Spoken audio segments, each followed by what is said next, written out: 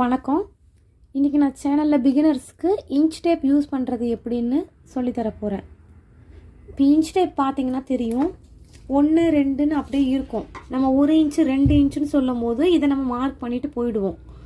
அதே 1.5 inch 1.25 inch 1.25ன்னு சொல்லும்போது அது எப்படி மார்க் பண்ணணும்னு பிகினர்ஸ்க்கு தெரியாது. அதுக்காக தான் இந்த வீடியோ. பார்த்தீங்கன்னா இந்த 0லேருந்து 1க்குள்ளே ஒரு பெரிய கோடு இருக்கும், அதுதான் அரை. அதுக்கு இந்த பக்கமும் இந்த பக்கமும் பார்த்தீங்கன்னா கொஞ்சம் சின்ன கோடு 2 இருக்கும். ஃபஸ்ட்டு வர்றது 1/4, ரெண்டாவது வர்றது 3/4. இப்போ பாருங்கள், இது 0, இது 1/4, இது அரை, இது 3/4, இது 1. இப்படி தான் நம்ம மார்க் பண்ணுவோம்.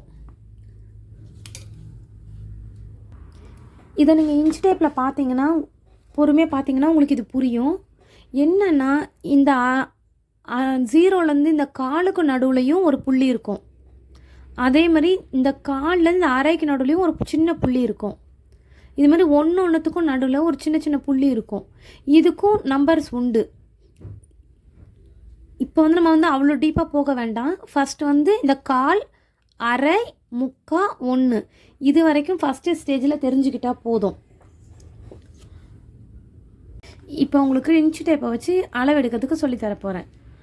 இப்போ பாருங்கள், 2 டாட் வச்சுருப்பேன். இது ஸ்ட்ரைட்டாக இருக்கும், இன்னொரு டாட் கிராஸாக இருக்கும். இந்த ஸ்ட்ரைட் அளவு எடுக்கும்போது இன்ச் டேப் ஒரு மாதிரி வைப்பேன், இந்த கிராஸ் எடுக்கும்போது நான் கொஞ்சம் வேறு மாதிரி வைப்பேன். பாருங்கள், ஃபஸ்ட்டு ஸ்ட்ரைட் அளவு எடுக்கும்போது இந்த லைன்லேயே அளவு எடுப்போம். இன்ச் டேப்போட டிப் அந்த இடத்துல வச்சுருக்கேன். அதுலேருந்து இப்படி இந்த ரோஸ் கலர் புள்ளி வரைக்கும் எடுத்துகிட்டு வந்திருக்கேன். இப்போ அளவு 4.25 இருக்குது பாருங்கள். அடுத்தது இந்த டாட்லேருந்து இந்த டாட் வரைக்கும் கிராஸாக எடுக்க போகிறேன். கிராஸாக எடுக்க என்ன பண்ணுவேன்னா, இப்படி வைக்கக்கூடாது, இன்ச் டேப்பை இப்படி வைக்கக்கூடாது, இந்த சென்டரில் வைக்கணும். இன்ச் டேப்புக்கு சென்டரில் தான் அந்த ரோஸ் கலர் டாட் இருக்குது. இதிலேருந்து டேப் அப்படி பிடிச்சிக்கிட்டு நம்ம இப்படியே அட்ஜஸ்ட் பண்ணிட்டு வந்தோம்னா இந்த மெஷர்மெண்ட் தெரியும். இப்போ பாருங்கள், இந்த அளவு 4.5 இருக்குது. நம்ம ஃபஸ்ட்டு எடுக்கும் போது 4.25 இருந்தது. இந்த அளவு எடுக்கும் போது 4.5 இருக்குது பாருங்கள். இப்படி தான் இன்ச் டேப் வச்சு கிராஸாக எடுக்கும்போது இதை நடுவில் வச்சு எடுக்கணும்.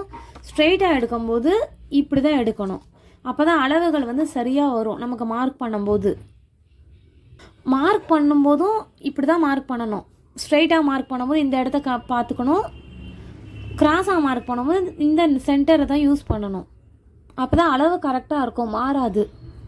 இப்போ எனக்கு இந்த அரை, 1/4, 3/4 நல்லா தெரியுது அப்படின்னும் போது அடுத்த ஸ்டேஜ் இந்த ரோஸ் கலரில் புள்ளி டாட் வச்சுருக்கேன் பார்த்தீங்களா, இதை தெரிஞ்சுக்கணும்.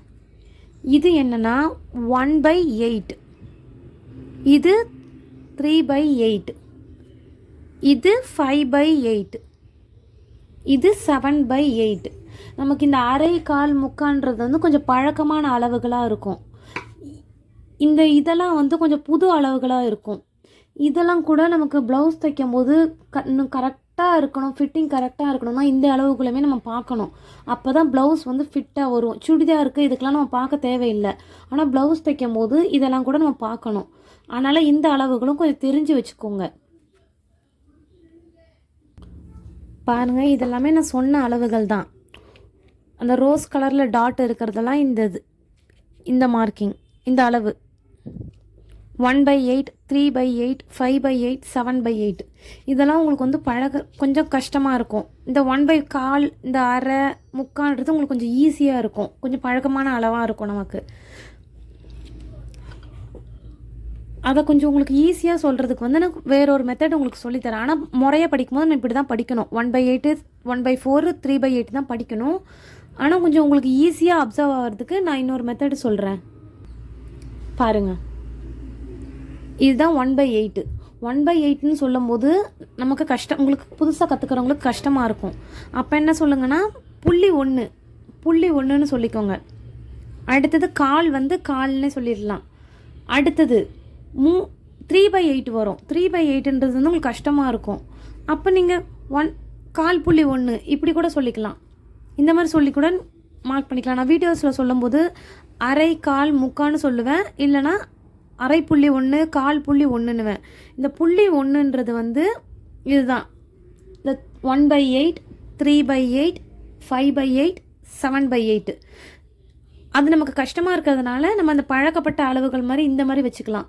இன்னொன்று, நிறைய பேருக்கு வந்து கணக்கு வராது. எப்படி கேல்குலேட்டரில் தான் போடுவாங்க. போடும்போது கேல்குலேட்டரில் வந்து 1/8, 3/8, 1/2 அப்படிலாம் காட்டாது. இந்த மாதிரி டிஜிட்டில் தான் காட்டும். இந்த மாதிரி டிஜிட்டில் காட்டும்போது இது வந்து புள்ளி 1 அர்த்தம்.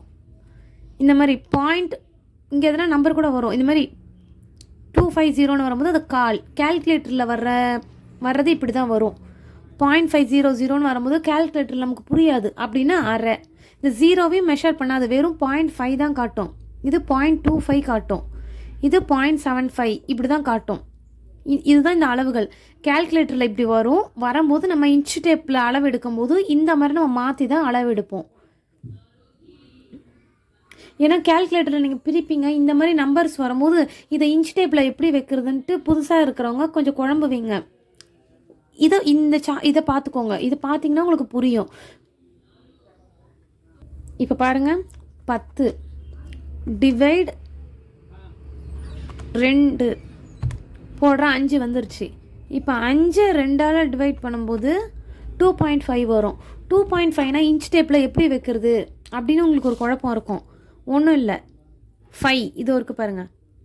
அப்போ 2 அரை அளவு என்னென்னா 2 அரை. 2.5 கிடச்சுன்னா 2 அரை. நீங்கள் மார்க் பண்ணும்போது இந்த அரை இன்ச்சு.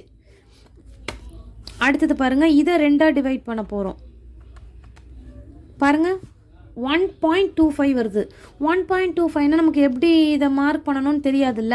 அப்போ இதை பாருங்கள், 0.25. 0.25னா 1/4 இன்ச்சுன்னு அர்த்தம். அப்போ 1.25. அடுத்தது இதை 2ஆக டிவைட் பண்ணும்போது பாருங்கள், 0.625ன்னு வருது.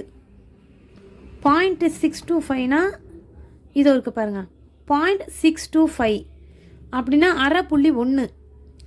அரை இன்ச்சை தாண்டி ஒரு புள்ளி, அதுதான் இது. கேல்குலேட்டரில் இப்படி வரும்போது இது எப்படி மார்க் பண்ணணும்னு கன்ஃபியூஸ் ஆகாமல் இருக்கிறதுக்கு இது சார்ட் மாதிரி எழுதி வச்சுக்கோங்க கொஞ்ச நாளைக்கு. அதுக்கப்புறம் உங்களுக்கே அது புரிஞ்சிடும். பிகினர்ஸ்க்கு இந்த சார்ட் தேவைப்படும். கேல்குலேஷன் எனக்கு நல்லா வரும் அப்படின்னும் போது மட்டும் கேல்குலேட் பண்ணுங்கள். இல்லை எனக்கு சரியாக வராதுன்னும் போது மேக்ஸிமம் கேல்குலேட்டர் யூஸ் பண்ணுங்கள். ஏன்னா அளவை நம்ம தப்பாக பெருசாக வச்சிட்டோம்னா கூட நம்ம அப்புறம் சின்னதாக ஆக்கிக்கலாம். நம்ம சின்னதாக கட் பண்ணிட்டோம்னா அப்புறம் அதை சரி பண்ண முடியாது, அந்த துணி வேஸ்ட் ஆகிடும். அதனால் முடிஞ்ச அளவு கேல்குலேஷன் பண்ணும்போது கேல்குலேட்டர் யூஸ் பண்ணுங்கள். அப்போ தான் உங்களுக்கு துணி வீணாகாது. இந்த சார்ட் கொஞ்சம் யூஸ்ஃபுல்லாக இருக்கும் உங்களுக்கு. கேல்குலேட்டர்லேருந்து இன்ச்சஸில் கன்வெர்ட் பண்ணும்போது இது உங்களுக்கு தேவைப்படும். அடுத்த வீடியோவில் எல் ஸ்கேல் எப்படி யூஸ் பண்ணணும், கர்வ் ஸ்கேல் எப்படி யூஸ் பண்ணணும்னு சொல்லித்தரேன் பாருங்கள். தேங்க்யூ.